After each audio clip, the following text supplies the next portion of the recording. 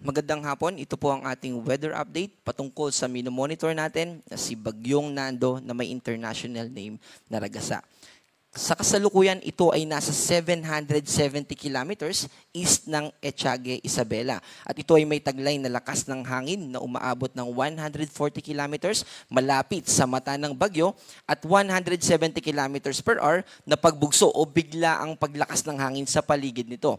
Ito ay kumikilos pa northwestward papunta dito sa extreme northern Luzon sa bilis na 10 kilometers per hour. At nakikita din natin na habang lumalapit ito sa ating kalupaan, ay nandun din yung tsansa na mas lumakas pa ito from typhoon to super typhoon na kategory. Bukod dito kay Bagyong Nando, ay meron pang nakakaapekto sa ating bansa at ito yung hanging habagat or southwest monsoon.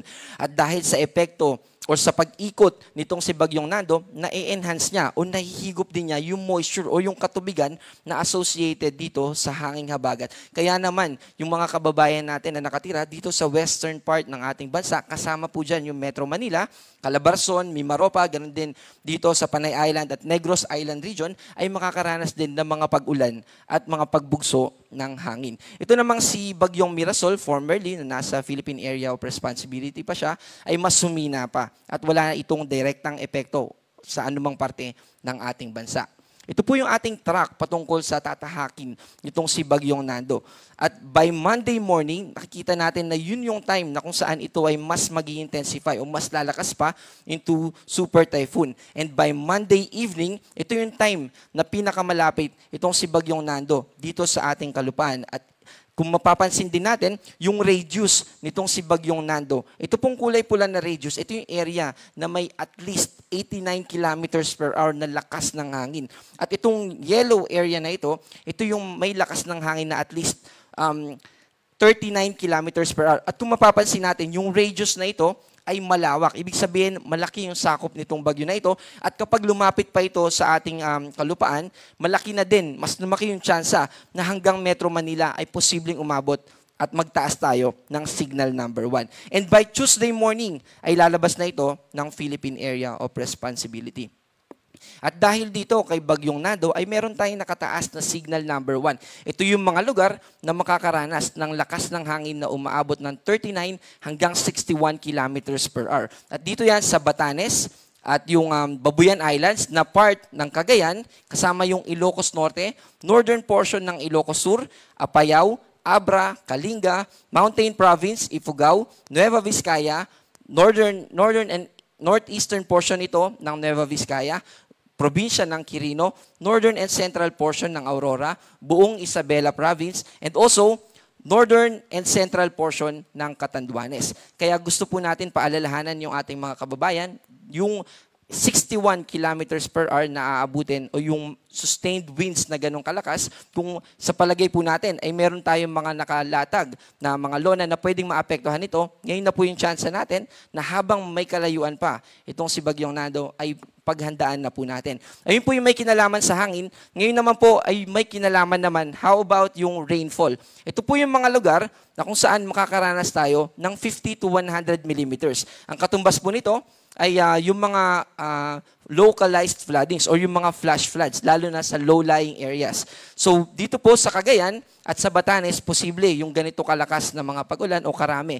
By the way, ito po ay today 5 p.m. hanggang bukas ng 5 p.m. So accumulated or total amount po ng pag-ulan yon for the next 24 hours. Ganun din naman dito sa Zambales, Bataan, Cavite, Batangas, Occidental Mindoro, Romblon, Antique at Palawan.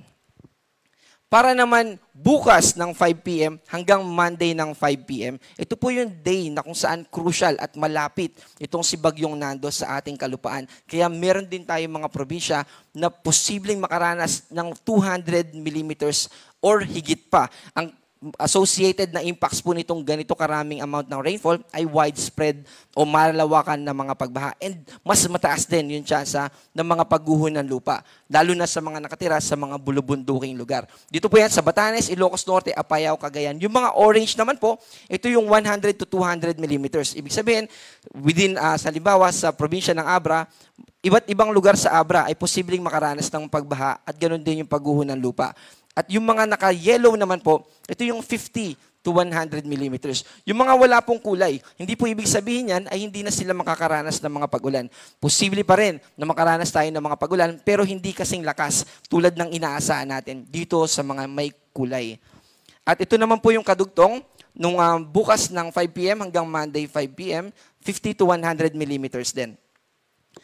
At para naman sa Monday ng 5 p.m. hanggang Tuesday ng 5 p.m., this time ay papalabas na po. Papalayo na sa ating kalupaan itong si Bagyong Nando. Kaya mababawasan din, kung mapapansin din po natin, wala na tayong nakataas na pula, pero meron pa ring mga orange. At kasama dyan, yung mga probinsya ng Ilocos Norte, Apayao, Abra, Ilocos Sur, at La Union. Kasama din yung Benguet. At yung mga naka-yellow naman ay dito sa Cagayan, Kalinga, Mountain Province, Ifugao, Nueva Vizcaya, Pangasinan, Nueva Ecija, Tarlac, at Zambales. At yung karugtong po niya ay dito sa Pampanga, Bulacan, Bataan, Metro Manila. So by Tuesday po ay makakaranas din tayo. Monday to Tuesday ng mga pag-ulan na 50 to 100 millimeters sa Metro Manila.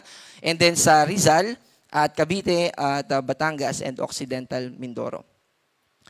Kanina po ibinanggit natin yung mga nakataas sa signal number 1 na mga makakaranas ng 39 to 61 kilometers per hour. Pero meron din naman po mga lugar na makakaranas ng pagbugso. Ibig po sabihin ng pagbugso ay bigla ang lakas ng hangin. Ito po ay posibleng umabot ng 88 kilometers per hour na pagbugso. Hindi po ito katulad ng signal number 1 na sustained winds yung tinutukoy natin. At ito nga po, today ay makakaranas ng mga pagbugso ng hangin yung ating mga kababayan dito sa Bicol Region, Eastern Visayas at Caraga. Sa Sunday naman po, mahalagang araw din po ito dahil yung iba nating kababayan ay magagawin pong aksyon or pagpupulong at ang magiging weather naman po natin bukas ay mananatiling makulimlim at nandun pa rin po yung scattered rains kaya magdala pa rin po tayo ng payong. So by Sunday, malaking bahagi pa rin po ng Luzon yung makakaranas ng mga pagbugso ng hangin. Ganun din by Monday. Sa kasalukuyan ay meron na po tayo nakataas na gale warning. So posible na makaranas yung ating mga kababayan dito sa mga lugar na ito, yung ating extreme northern Luzon kasama yung coastal areas ng Isabela at Cagayan. Hindi na po natin ini-encourage na maglayag pa tayo lalo na yung mag-i-stay o mangingisda for several days. At kung nakatira man po tayo malapit sa coastal areas ay habang malayo pa po ay paghandaan na po natin kung saan tayo pwedeng lumikas o kaya naman ay kung ano po yung pwede nating gawin para maiwasan yung further damage. Dahil meron din po tayo nakataas na storm surge warning. Ibig po sabihin nito, yung mga alon sa ating coastal areas ay pwedeng umabot ng 3 meters or more than or mas higit pa dito. Dito po yan sa mga nakakulay pula. Almost similar po yung areas na ito dun sa pinresent natin kaninang tanghali pero mas dumami po yung mga naka-color red at mas nag-extend pa yung mga kulay orange. Yung kulay orange naman ay 2 meters to 3 meters na mga pag-alon sa coastal areas. And then yung yellow naman po ay 1 to 2 meters. And after all, ang gusto po natin ay mapaghandaan itong parating na bagyo na si Nando. Kaya gusto po natin na paalalahanan yung ating mga kababayan. After all, ayaw po natin na magkaroon ng casualty at further damages sa ating mga properties. Kaya gawin po natin yung necessary na mga kinakailangang paghahanda para maiwasan po yung mga bagay na yon.